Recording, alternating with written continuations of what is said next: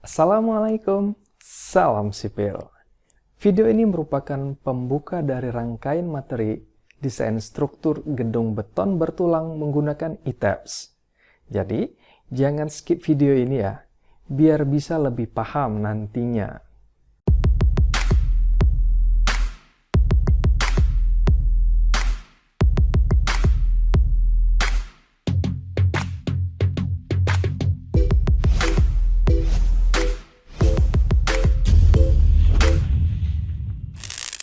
Pada intinya, kita melakukan rekayasa struktur untuk dapat merencanakan elemen-elemen struktur yang dapat menopang beban yang bekerja dari sebuah bangunan. Nah, apa itu rekayasa struktur? Rekayasa struktur bisa dibilang merupakan seni menggunakan bahan yang tidak sepenuhnya dipahami menjadi bentuk yang tidak dapat dianalisis secara akurat untuk menahan gaya yang tidak dapat diprediksi dengan tepat. Yang mau saya highlight di sini yaitu prediksi dan akurasi. Tidak ada yang bisa memastikan besarnya beban secara akurat. Begitu juga dengan kekuatan dari sebuah elemen struktur. Yang ada hanyalah prediksi dengan menggunakan berbagai nilai dan kode yang telah diatur di dalam SNI. Hal ini disebabkan banyaknya ketidakpastian. Di sini kita sudah harus mengenal tipe-tipe struktur yang bisa kita pilih. Ada struktur baja, ada struktur beton bertulang, ada struktur beton prategang, dan struktur beton pracetak, juga struktur kayu. Yang paling kita sering temui yaitu struktur beton bertulang. Sesuai judul, di video ini kita akan fokus pada tipe struktur beton bertulang ya. Apa saja yang harus kita desain dalam sebuah perencanaan struktur gedung? Secara umum, yang kita desain adalah seluruh elemen yang berfungsi sebagai penahan beban utama, yaitu ada pondasi, kolom, dinding geser, balok, pelat, termasuk atap yang nantinya akan digunakan pada gedung kita. Jadi kita harus merencanakan apa saja elemen struktur yang dibutuhkan pada gedung tersebut, sehingga beban-beban yang akan bekerja dapat terdistribusi dengan baik, mulai dari elemen yang paling atas hingga ke tanah. Nah, ini dia gambaran distribusi beban pada gedung. Terdapat dua mekanisme distribusi berdasarkan arah kerjanya. Yang ini merupakan model distribusi beban gravitasi yang arah kerjanya dari atas ke bawah sesuai arah gravitasi. Dimulai dari beban yang diterima pelat, diteruskan ke balok di bawahnya, diteruskan ke kolom, ke pondasi, lalu berakhir pada tanah di bawahnya. Yang ini merupakan distribusi beban yang bekerja pada arah lateral.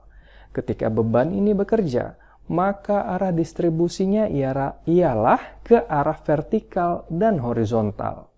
Nah, apa saja yang termasuk beban gravitasi? Yang pertama adalah beban mati, yaitu beban yang tidak berpindah tempat saat masa layan. Berdasarkan sumbernya, beban mati terbagi lagi menjadi dua macam, yaitu beban mati biasa atau sering disebut sebagai dead load, dan beban mati tambahan atau sering pula disebut sebagai super dead load. Dead load berasal dari berat elemen struktur. Misalnya kita meninjau beban yang ada pada pelat gedung ukuran 1 kali 1 meter. Beban akibat berat dari elemen pelat harus mampu dipikul oleh pelat itu sendiri. Nah, biasanya pada sebuah gedung kita lapisi lagi ya pelatnya dengan keramik misalnya dan mortar sebagai bahan perekatnya. Komponen ini punya berat ya, dan ini juga harus diperhitungkan sebagai beban. Belum lagi jika di bawah pelat, kita gantung plafon yang tentunya beban yang harus dipikul oleh struktur jadi tambah berat kan? Jadi semua komponen non-struktural yang akan dipasang juga harus diperhitungkan sebagai beban super dead load. Beban gravitasi kedua yaitu beban hidup yang nilainya berasal dari furnitur dan manusia yang nilainya tergantung kepada fungsi sebuah bangunan. Pasti beda ya, berat furnitur yang digunakan pada ruang kelas sekolah dengan ruang laboratorium. Pada ruang kelas biasanya hanya terdiri dari meja dan kursi, sedikit lemari, papan tulis yang beratnya relatif ringan. Selain itu, manusianya terdiri dari guru dan beberapa siswa. Pada laboratorium biasanya diisi oleh alat-alat penelitian, termasuk meja, lemari, yang beratnya relatif lebih berat. Berat manusianya berasal dari para peneliti. Jadi pada intinya, fungsi ruangan atau gedung berbeda pula beban hidupnya. Beban yang bekerja pada arah lateral yaitu beban gempa dan beban angin. Ini sudah pahamilah ya definisi dan sumbernya. Detail dua pembebanan ini akan kita bahas di video lain secara khusus. Nah, ini dia data beban mati yang kita bahas tadi. Ingat ya, untuk beban mati dan hidup, kita mengacu pada SNI 1727-2020 sebagai contoh. Beban mati yang berasal dari struktur beton bertulang yaitu 23,4 kN. Contoh tampilan beban hidup pada SNI 1727-2020 ialah sebagai berikut. Misalnya, kita mau merancang gedung rumah sakit. Kalau kita mau mengetahui besarnya beban hidup dengan fungsi sebagai ruang operasinya, maka dapat dilihat pada beban meratanya yaitu sebesar 2,87 kN per meter luas. Kita pakai yang dalam kurung ya, karena satuannya kilonewton per meter luas yang familiar di Indonesia. Kalau di luar kurung, biasanya digunakan di Eropa. Next part is structure systems. Kalian sudah pada tahu ya, sistem struktur ada berapa macam? Sebenarnya ada banyak, tapi di sini kita bahas yang paling sering digunakan saja ya. Pertama yaitu ada sistem dinding geser, yang memiliki dinding sebagai penopang utamanya. Lalu ada rangka bracing, yaitu sistem rangka yang memiliki bracing. Inilah bracing yang dimaksud. Lalu selanjutnya ada sistem rangka pemikul momen. Pada sistem ini, rangka yang berupa gabungan dari balok dan kolom beton bertulang sebagai penahan lentur, geser, dan aksial. Sistem ini yang akan kita gunakan dalam pemodelan gedung kita. Selain itu, ada pula sistem rangka yang merupakan gabungan dari beberapa sistem yang sering juga disebut sebagai sistem ganda. Seperti yang disebutkan tadi, kita berfokus kepada sistem rangka pemikul momen. Sistem ini terbagi lagi menjadi 3 tingkatan, yaitu sistem rangka pemikul momen biasa, sistem rangka pemikul momen menengah, dan sistem rangka yang paling kompleks yaitu sistem rangka pemikul momen khusus. Ketiganya memiliki perbedaan daktilitas yang disediakan, serta detailing yang berbeda pula, tergantung beban lateral seperti angin dan gempa yang mungkin terjadi. Pemilihan tingkatan ini bergantung kepada kategori desain gempa.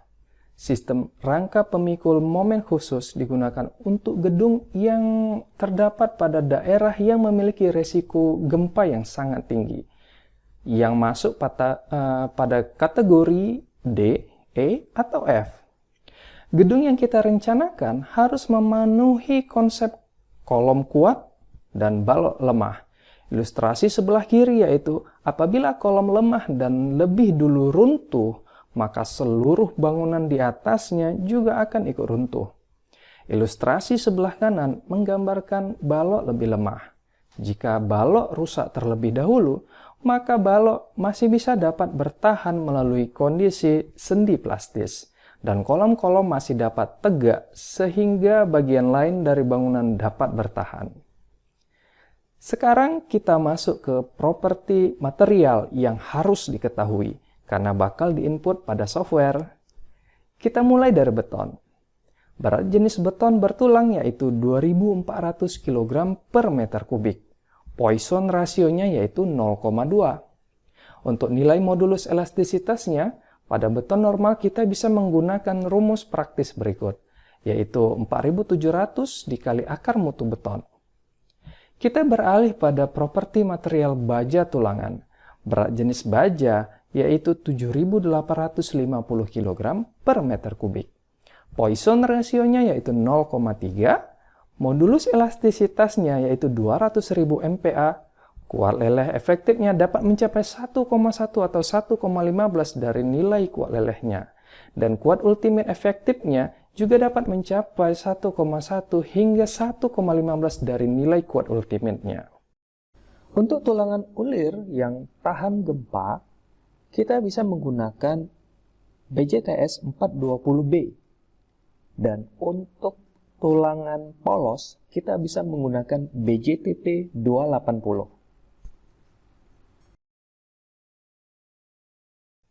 Selanjutnya, kita beralih ke momen inersia yang digunakan untuk memperhitungkan pengaruh beban aksial dan adanya daerah retak pada seluruh panjang komponen struktur beton. Ada semacam istilah yang pernah saya temui. Tidak ada beton yang tak retak. Oleh sebab itu, perlu adanya reduksi atau pengurangan nilai momen inersia. Jadi, awal pemodelan kita sudah menganggap momen inersia dari masing-masing elemen lebih lemah. Perlu diketahui, jika balok T kita modelkan pada gedung, maka berdasarkan SNI kita harus mengambil momen inersianya 2 kali dari nilai yang disediakan oleh tabel 6.6.311A berikut. Selanjutnya ialah selimut beton. Selimut beton diperlukan untuk melindungi tulangan yang ketebalannya tergantung dari interaksi dengan lingkungan, apakah terpapar cuaca atau tanah, dan tulangan yang digunakan. Misalnya, kita mau memodelkan balok yang terpapar cuaca dan menggunakan baja ulir diameter 14, maka kita mendesain selimut beton minimal 40 mm. Pembahasan terakhir yaitu kombinasi beban yang nilainya merupakan langkah untuk memperhitungkan beberapa beban yang bekerja sekaligus pada waktu yang bersamaan. Selain itu, faktor yang dimiliki masing-masing beban digunakan untuk memperbesar nilai dari beban yang akan bekerja. Sebagai contoh, pada kombinasi 1, beban mati diperbesar sebanyak 40%, jadi juga berfungsi sebagai faktor keamanan ya. Nah, itulah materi pendahuluan yang harus dipahami sebelum memodelkan struktur dengan software ETABS.